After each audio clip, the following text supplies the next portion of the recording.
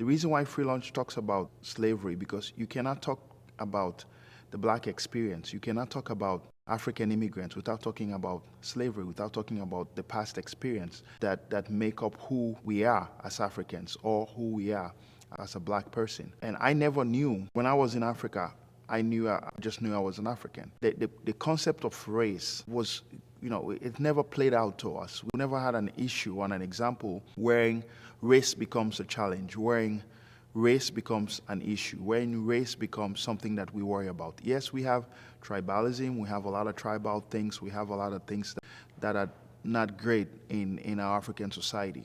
But the difference between that is when you get to the United States, when you migrate to the United States, then all of a sudden, being black becomes a challenge because first, we don't even know how to navigate being black. You will say, what does that mean? Because when you get here, you start to realize all these cultural things. You start to realize all the stereotype about being black that you're not prepared for. You were not even thinking that you're going to be dealing with, all these issues. So it becomes a fundamental issue of immigration for Africans.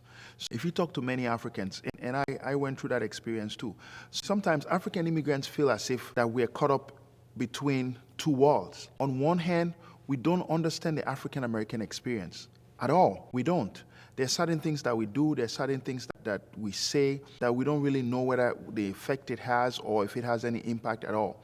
We don't. So on one hand, we don't understand the African American experience. On the other hand, we don't really understand the white culture either. So now we find ourselves in the middle and now we have to navigate through.